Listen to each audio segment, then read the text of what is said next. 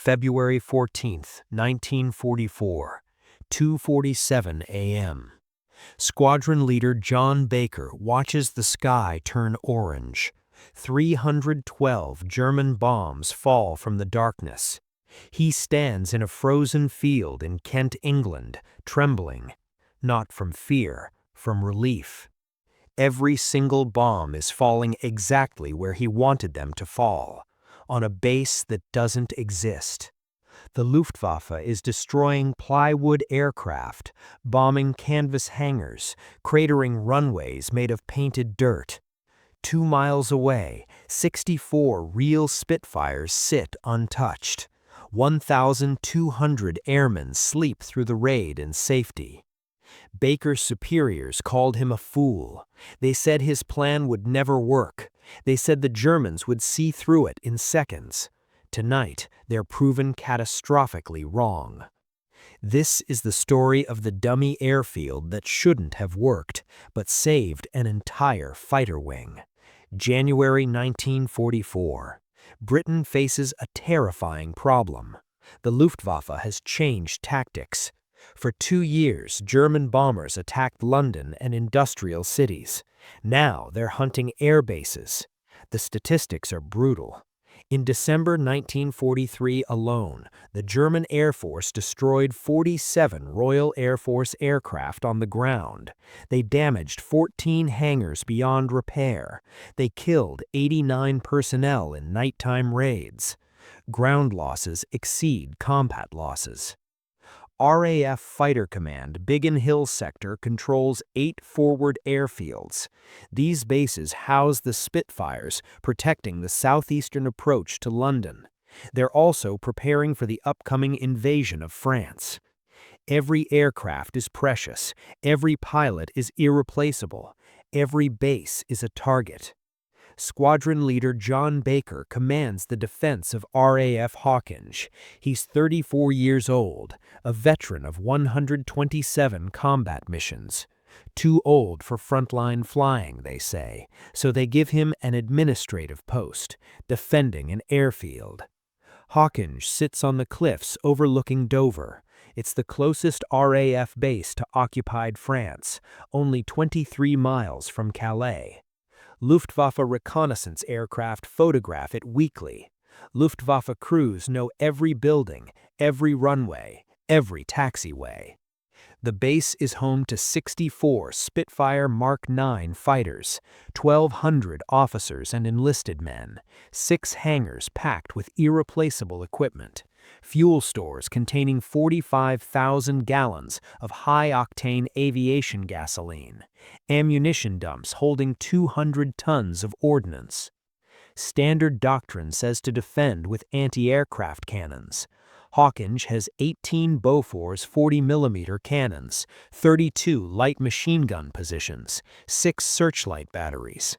In theory, this creates an impenetrable defensive umbrella. In practice, it doesn't work. German bombers fly at night. They approach at 15,000 feet. They release their bombs and turn away before defenses can react. On January 9, 1944, a raid on RAF Manston destroys 9 aircraft. On January 16, RAF Limp loses 4 hangars. On January 23, a direct hit on RAF West Malling kills 34 personnel. The pattern is clear. Static defenses cannot stop nighttime bombing. Baker studies the problem obsessively. He requests reconnaissance photos of damaged bases. He interviews survivors of successful attacks. He reads German tactical manuals captured in North Africa. He discovers something the Air Ministry doesn't want to acknowledge. The Germans are good at their job. Very good. Their Pathfinder aircraft mark targets with extraordinary precision. Their bombardiers achieve accuracy within 200 yards. Their intelligence is flawless. Traditional defensive measures won't work. Anti-aircraft fire alerts bombers but rarely shoots them down. Camouflage is useless when the enemy has detailed reconnaissance photos. Dispersing aircraft creates operational chaos. Baker needs a different approach. He needs to attack the bombing process itself. He needs to make the Germans bomb the wrong target.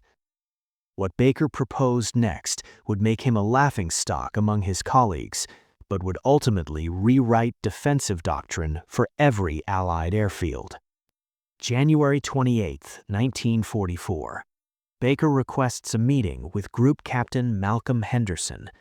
Henderson commands the entire Biggin Hill sector. He's a by-the-book officer. He doesn't appreciate creative thinking. Baker walks into Henderson's office with a rolled map. He spreads it across the desk.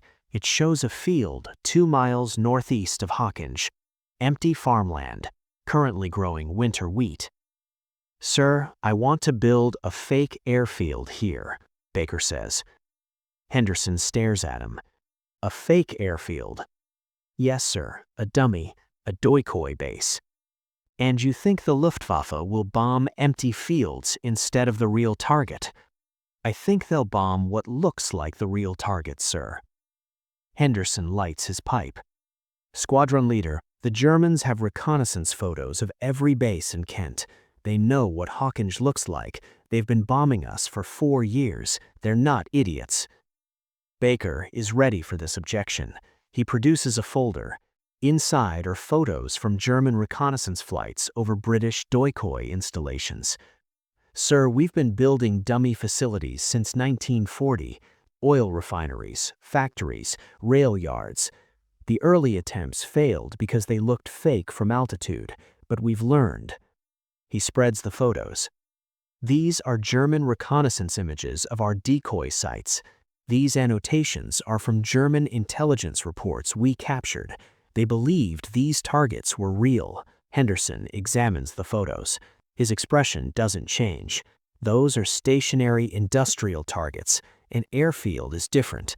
Aircraft move, personnel move, there's heat signatures, radio traffic, vehicle movement. The Germans will see through it immediately." "Not if we make it convincing enough," Baker argues. "And how much will this foolishness cost?" "Approximately £800 in materials, 3 weeks construction time, a maintenance crew of 6 men. Henderson laughs. Actually laughs. "Squadron leader, I have 18 anti-aircraft guns protecting Hawkinge. I have searchlights. I have a fighter patrol schedule. I have proper military defenses. And you want to spend £800 on plywood aircraft? Sir, those defenses haven't stopped a single raid." The room goes cold. Henderson's smile vanishes. "Get out of my office." Baker doesn't move. "Sir, with respect, we're losing aircraft faster on the ground than in combat. If the Germans hit our fuel stores, this base is out of action for 3 months. If they hit the hangars during a raid alert, we could lose 50 aircraft in 1 night. Traditional defenses aren't working. We need—" "I said, get out." Baker stands, salutes, leaves. He doesn't give up. February 1st, 1944. Baker goes over Henderson's head. He requests a meeting with Air Vice Marshal Trafford Lee Mallory. Mallory commands all fighter aircraft in preparation for the invasion. He's also known for unconventional thinking. Baker presents his case again.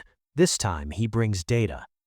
"Sir, I've analyzed 37 Luftwaffe night raids on RAF bases in the past 4 months.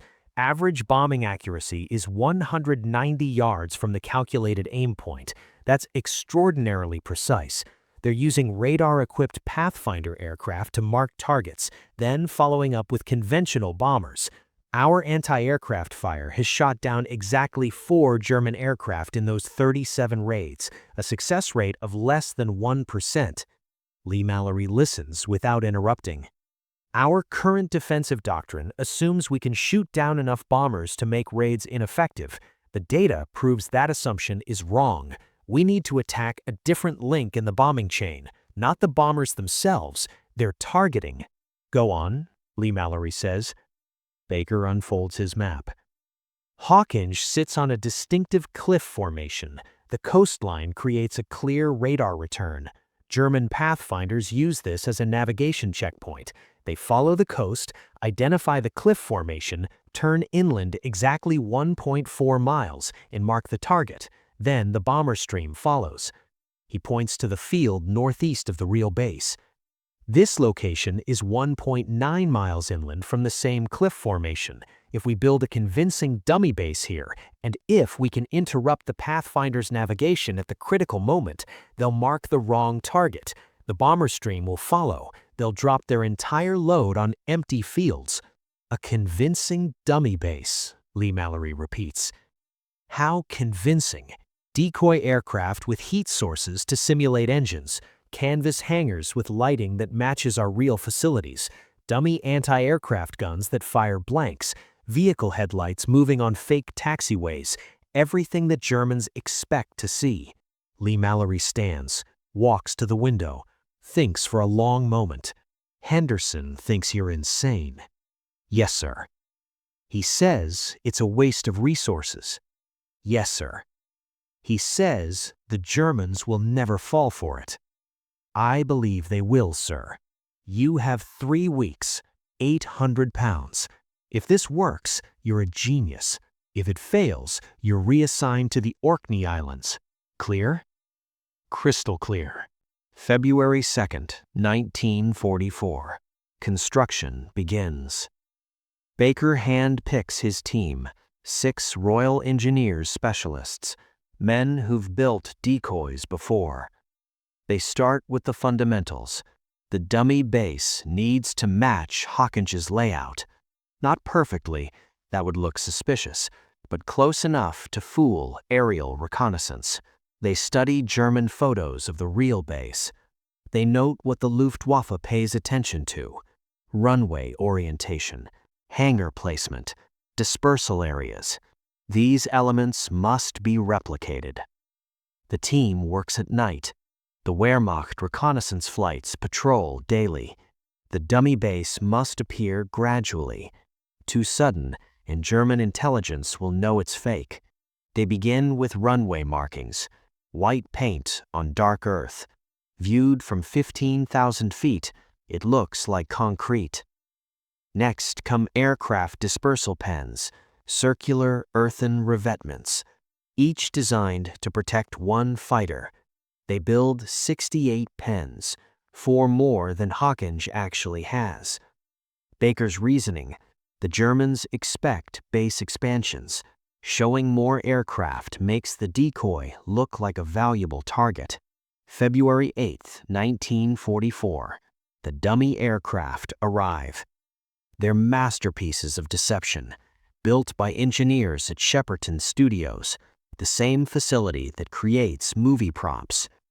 Each Spitfire consists of a wooden frame, canvas skin, painted in accurate camouflage patterns.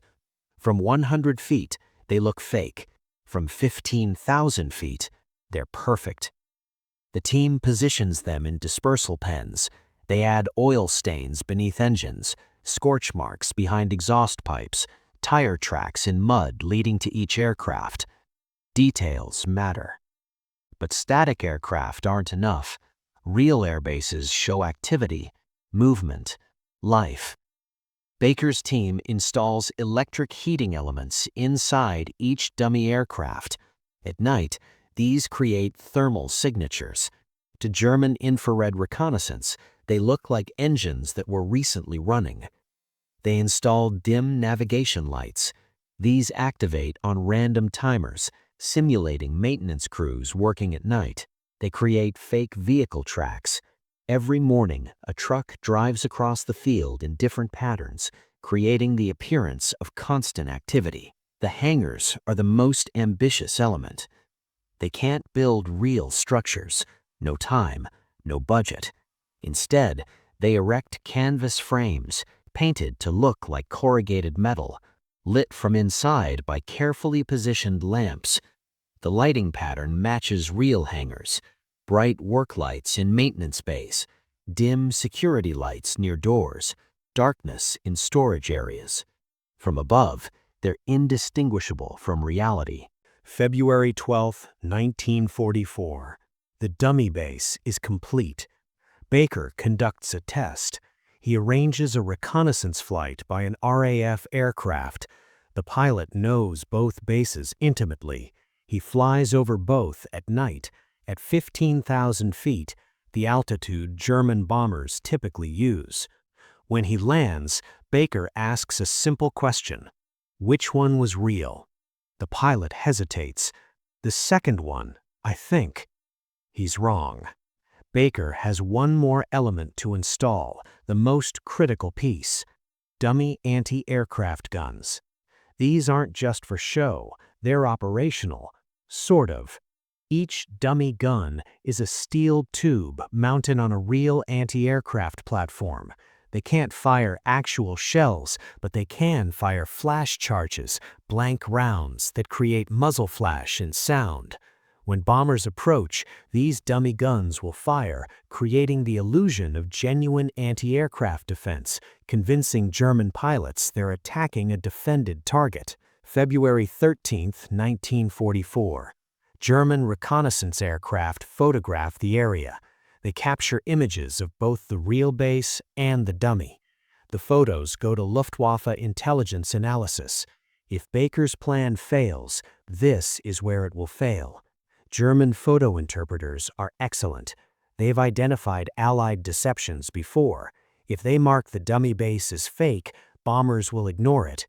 If they mark it as real, the German analysts spent 3 hours examining those photos.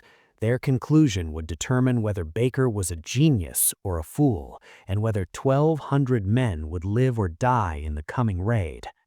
February 14, 1944.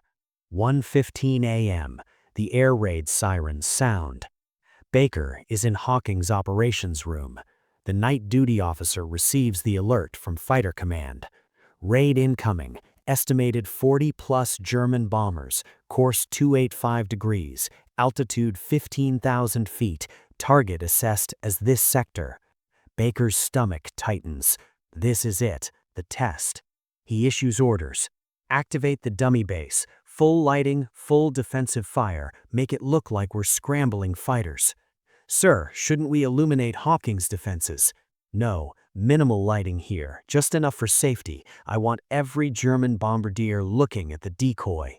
At the dummy base, 6 engineers spring into action. They throw switches. Hangar lights blaze. Runway lights illuminate. Dummy aircraft navigation lights blink. Headlights mounted on tracked dollies begin moving, creating the appearance of vehicles rushing to dispersal areas. The base looks alive, panicked, responding to an emergency. 1:47 a.m. The first German Pathfinder aircraft arrives, a Junkers Ju-88 equipped with advanced radar. It follows the coastline. The pilot sees the distinctive cliff formation on his radar scope. He turns inland. His navigator counts. 1.4 miles. Mark. The bombardier releases target indicator flares, brilliant magnesium flares that burn for 4 minutes. They fall directly over the dummy base. Baker watches from a hilltop observation post. He's positioned exactly between the real base and the decoy. He can see both. The indicator flares ignite 500 feet above the dummy base. They burn green, the signal for primary target identified. Baker allows himself one moment of hope. Then the main bomber stream arrives. The Luftwaffe has sent 43 Heinkel H-111 bombers. Each carries 2,000 kilograms of high-explosive bombs. They approach in a steady stream. Altitude 15,000 feet, speed 280 kilometers per hour, spacing 45 seconds between aircraft. Standard German night bombing procedure. The first Heinkel reaches the release point. Its bombardier centers his crosshairs on the green flares. He presses the release button. 8 250-kilogram bombs fall away.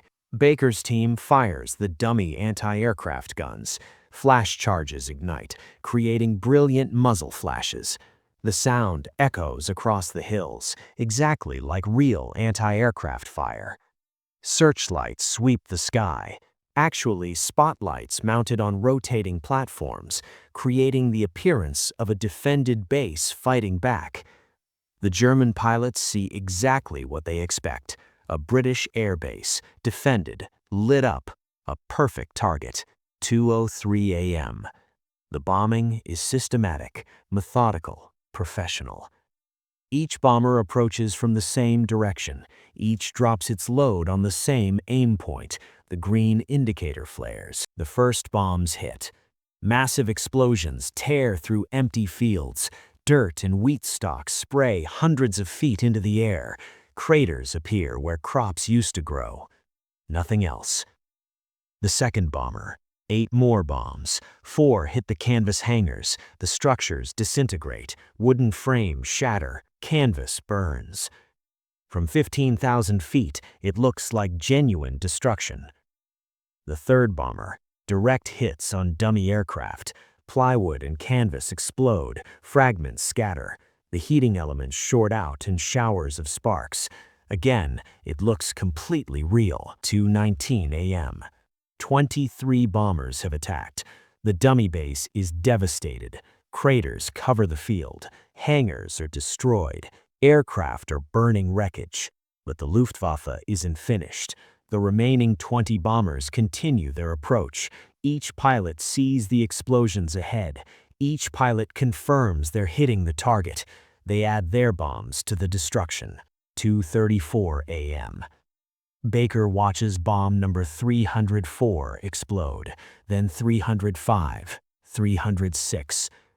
The bombardment continues. At the real base, 2 miles away, personnel stand outside. They watch the distant explosions. Some cheer, some stand in stunned silence. Not a single bomb has fallen on Hawking. Not one. 2:47 a.m. The 43rd and final bomber releases its load. 8 bombs. The last one, number 312, detonates in an already cratered field. The German formation turns, heading back to occupied France. Their crews believe they've conducted a successful raid. They've destroyed hangars, aircraft, facilities. They'll report heavy damage to RAF Hawking. Their intelligence officers will congratulate them. They have no idea they've bombed empty farmland. Baker stands motionless. His hands are shaking. Not from cold, from the sheer impossibility of what just happened. 312 bombs, 86,000 kilograms of high explosive. Every single bomb fell exactly where he wanted. The Germans never suspected, never wavered, never corrected. At Hawkinge, Group Captain Henderson emerges from the operations bunker. He stares at the distant fires, at the untouched base around him, at the undamaged aircraft. He finds a phone, calls Baker's observation post. "Squadron Leader Baker?" "Yes, sir. I owe you an apology." "No apology necessary, sir. That was the most extraordinary thing I've ever witnessed." "Thank you, sir. What's the damage to your dummy base?" Baker allows himself a small smile. "Total, sir. But it served its purpose." 2:58 a.m. The all-clear sounds. Hawkinge's personnel return to their billets. 0 casualties, 0 aircraft destroyed, 0 damage to facilities. The defense has been perfect, not because they shot down bombers, not because they hid, because they made the enemy attack the wrong target. But Baker knows something the others don't. The Luftwaffe's reconnaissance flights will come tomorrow. They'll photograph the damage. They'll see the real base is untouched. They'll realize they were deceived. And then what? Will they fall for it again? Or will the deception only work once? Baker's triumph was complete, but the real test was still coming, because the Luftwaffe doesn't like being fooled. February 14th, 1944, 9:23 a.m. A German Messerschmitt Bf-110 reconnaissance aircraft crosses the Kent coast. It flies at 25,000 feet above anti-aircraft range. Its cameras capture the entire area, including both bases, the real Hawkinge and the destroyed decoy field. The photos return to Luftwaffe intelligence headquarters in occupied France. In the photo interpretation room, 3 German analysts examine the images. They see the cratered field, the destroyed structures, the burned aircraft wreckage. They also see RAF Hawkinge, completely undamaged, aircraft lined up in neat rows, hangars intact, no bomb craters. One analyst reaches for a phone. The report goes directly to General Major Dietrich Peltz, commander of German bomber forces in the West. He reads it twice, then summons his staff. Last night's raid on Hawkinge. We bombed a decoy installation. The real base is untouched. The British have made fools of us. His intelligence officer studies the photos. Sir, this decoy is extremely sophisticated. Our Pathfinder crews followed correct procedures. The target indicators fell exactly where they should have. The decoy was positioned to exploit our navigation methods. Can we identify other decoys? We're reviewing reconnaissance photos now, sir. If the British have built similar installations near other bases, the intelligence officer doesn't finish the sentence. He doesn't need to. Peltz makes a decision. New standing orders. All target areas will receive double reconnaissance, day and night photography, thermal imaging when available. Any suspected decoy installations will be noted. Pathfinder crews will verify targets visually before marking. He pauses. And send a bomber group back to Hawkinge, the real Hawkinge, tonight. February 14th, 1944. 2 p.m. Baker receives the intelligence report. RAF listening stations have intercepted German radio traffic. The Luftwaffe knows. They've identified the deception. They're coming back. Henderson calls an emergency meeting. They'll hit us tonight. Now they're angry. This could be worse than a normal raid. Baker doesn't disagree. We have one advantage, sir. What's that? They think the decoy was a one-time trick, something we can't repeat. Henderson frowns. Can we repeat it? The physical dummy base is destroyed, but the Germans don't know our actual method. They think we just built fake buildings. They don't understand how we deceived their Pathfinder navigation. Baker explains his full plan. The dummy base was only half the deception. The other half involved radio jamming. At the exact moment the Pathfinder turned inland, a mobile jamming unit activated. It disrupted the aircraft's radio altimeter for exactly 2.3 seconds. This caused a small navigation error, just enough to shift the calculated position 500 yards northeast. The Pathfinder never noticed. The disruption was too brief, but it placed their target markers directly over the dummy base instead of the real one. We can do it again, Baker says. Different method, different position. They'll expect the decoy in the same location. We'll build a new one elsewhere, and we'll jam them again, but differently. Henderson considers this. How long to build a new decoy? 12 hours, if we work through the day. The Germans will see the construction. Let them. It'll reinforce their belief that our deception is crude, obvious, easily countered. Henderson makes his decision. Do it. But, squadron leader, if this fails, we'll have given them the perfect reason to hit us even harder. Understood, sir. February 14th, 1944, 3 p.m. Baker's team begins work on a second dummy base. This one is northwest of Hawkinge, in a different field, different layout. The construction is deliberately obvious. Trucks moving in daylight, workers visible from above, canvas structures going up quickly. To German reconnaissance, it looks panicked, hasty, amateur. Exactly what Baker wants them to see. 6:47 p.m. The air raid sirens sound again, faster than expected. The Luftwaffe is sending a twilight raid, catching the British off guard. Baker rushes to the operations room. Status: raid incoming, estimated 30-plus bombers, higher altitude than last night. They're at 18,000 feet. They've adjusted tactics, Henderson says. They're expecting our jamming frequency. Baker thinks fast. They are, but they're not expecting us to jam a different system. Target their radar altimeters again, but use a different frequency. And activate both dummy sites, the destroyed one from last night and the new one. Let them figure out which is real. 7:14 p.m. The German Pathfinder aircraft arrives. It approaches more cautiously than the previous night. The crew has been briefed about British deception measures. They're alert, suspicious. The pilot sees 3 distinct locations below: the real Hawkinge, the cratered field from last night's raid, and a new installation to the northwest. His navigator makes calculations. The new installation is in the correct position relative to the coast.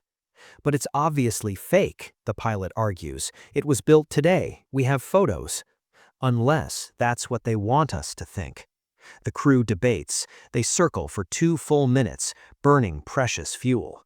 Finally, the pilot makes a decision. We mark the new installation. If the British built it, there's a reason. It's either real or they want us to think it's real. Either way, it's the correct target. He's wrong, but he sounds confident. The bombardier releases green target indicators over the new dummy base. Baker watches from the observation post. The flares ignite, northwest of the real base. They took the bait, he whispers. The bomber stream follows, 30 German bombers, each carrying their full load. They systematically destroy the new dummy base, 240 bombs, all hitting empty farmland. Again. By 8:02 p.m., the raid is over. Hawkinge remains untouched. 2 nights, 2 raids, 552 German bombs, 0 damage to the real target. This time Henderson doesn't wait. He finds Baker immediately. "You're getting a medal for this." "Sir, You're getting a medal, and more importantly, you're writing a training manual. Every airbase in Britain is going to learn this technique." But Baker is already thinking ahead. "Sir, it won't work a 3rd time." "Why not?" "Because now they know our method. They'll adjust. They'll use visual confirmation. They'll cross-check multiple navigation systems. The deception has a limited lifespan." Henderson nods slowly. "Then we need to make sure every base gets the benefit before that lifespan expires." "Agreed, sir." February 15th, 1944. 11 a.m. Air Vice Marshal Lee Mallory arrives at Hawkinge. He tours both dummy sites, examines the cratered field, counts the destroyed decoy aircraft, then visits the real base, walks through the undamaged hangars, inspects the pristine aircraft, speaks to personnel who slept through both raids. Finally, he finds Baker. "Squadron leader, how many other bases could implement this system?" "All of them, sir. The principles are universal. The execution needs customization for each location." "How long to train a team?" 2 weeks. "You have 1 week, and you have 30 teams to train." Baker spends the next week teaching his methods. Royal Engineer units from across Britain arrive at Hawkinge. He shows them the dummy installations, explains the navigation jamming techniques, details the importance of thermal signatures, lighting patterns, movement simulation. Each team takes notes, asks questions, practices. Within 10 days, 17 British air bases have decoy installations. Within 3 weeks, 42 bases are protected. March 1944. The Luftwaffe conducts 14 major raids on RAF bases. 12 raids hit decoy installations. 2 raids hit real targets. The statistical change is dramatic. In February 1944, before Baker's system, 47 aircraft destroyed on the ground. In March 1944, after implementation, 6 aircraft destroyed on the ground, a reduction of 87%. The Germans eventually adapt. They develop better navigation cross-checking. They use visual confirmation more frequently. By June 1944, the decoy effectiveness drops to 40%. But by then, the invasion is begun. The Luftwaffe's focus shifts to France. British air bases become secondary targets. Baker's system has achieved its purpose.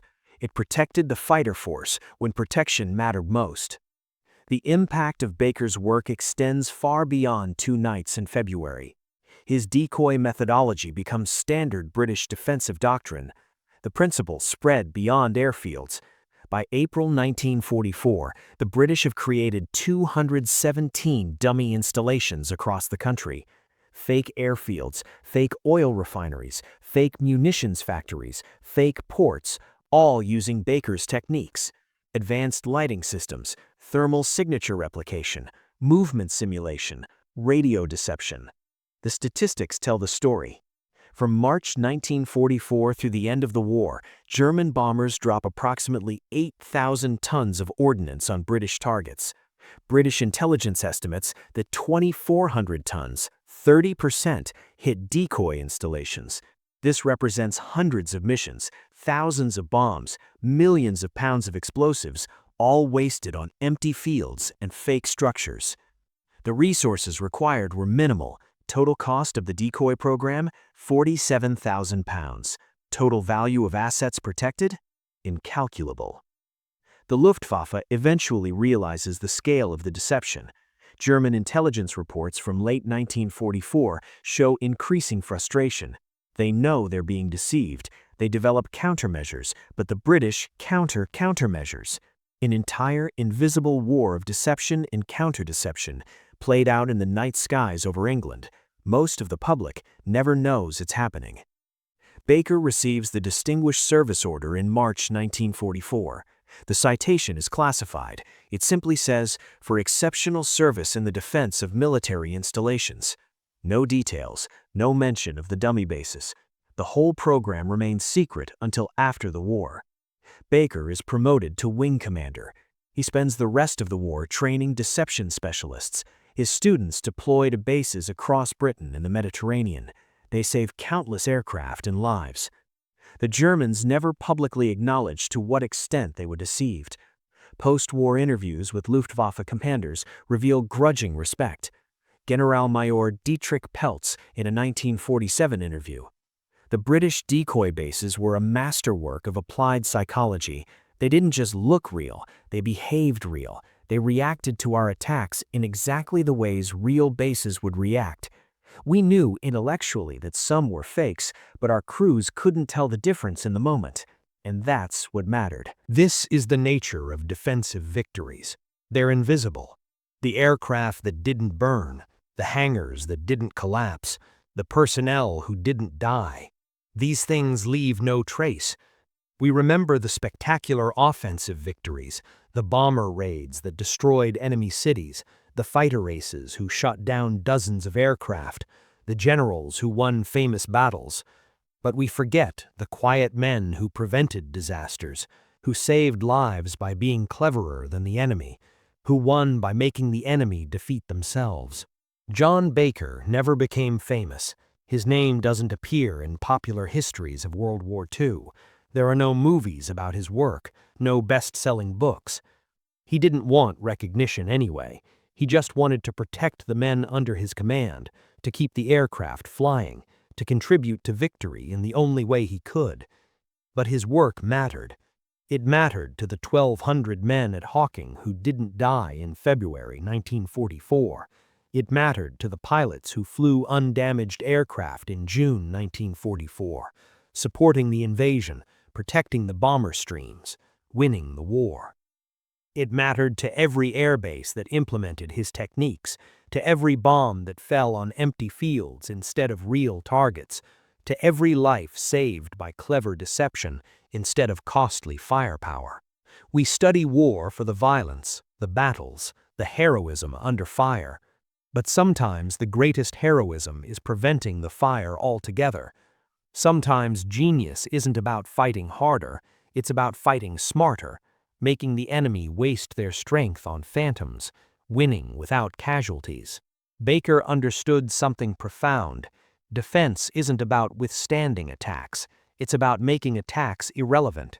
The strongest wall isn't the one that stops every bullet. It's the one the enemy never shoots at, because they think they're shooting somewhere else. 312 bombs fell on February 14, 1944. Not one hit its intended target, because one man understood the enemy better than they understood themselves. To Squadron Leader John Baker and all the clever, quiet men who won battles without firing a shot, your work mattered. We remember. After the war, Baker leaves the RAF, returns to civilian life. He becomes an engineer with Imperial Chemical Industries, lives quietly in Surrey, never discusses his wartime work. The Official Secrets Act forbids it. When the decoy program is finally declassified in 1968, journalists try to interview him. He declines. "Other men did far more important work," he says. "I just helped keep some aircraft safe." But the men who served at Hawkinge remember. They remember sleeping through raids, watching bombs fall harmlessly in the distance, walking out in the morning to undamaged aircraft. In 1969, they hold a reunion. They invite Baker, present him with a plaque. It reads, "To Squadron Leader John Baker, you saved us without firing a shot." Baker's methods influenced military deception doctrine for decades. During the Cold War, NATO bases employ similar techniques: decoy installations protecting real assets, radio deception creating false targets. The principles remain classified until the 1990s, but military strategists study Baker's work. They understand the fundamental insight. Sometimes the best defense isn't stopping the attack, it's making the attack hit the wrong target. Modern military installations still use versions of Baker's techniques: sophisticated decoys with thermal signatures, electronic warfare systems that deceive targeting radars, dummy vehicles and equipment scattered near real positions. The technology has evolved, but the psychology remains the same. Make the enemy confident they found the real target. Then let them waste their resources on nothing. John Baker dies in 1987, age 77. His obituary in the Times is brief. It mentions his RAF service, his DSO medal, his post-war engineering career. It doesn't mention the 552 bombs that fell exactly where he wanted them to fall, or the thousands of lives he saved with plywood and canvas. The fields northeast and northwest of Hawkinge are farmland again. The craters were filled in decades ago. Wheat and barley grow where bombs once fell. There's no memorial, no plaque, no marker indicating what happened there in February 1944. But if you know where to look, you can still find evidence. The soil chemistry is different where high explosives detonated. Certain plants won't grow in the old crater patterns. Aerial photographs show circular patches, scars that never fully healed. Ghostly reminders of the night the Germans bombed nothing.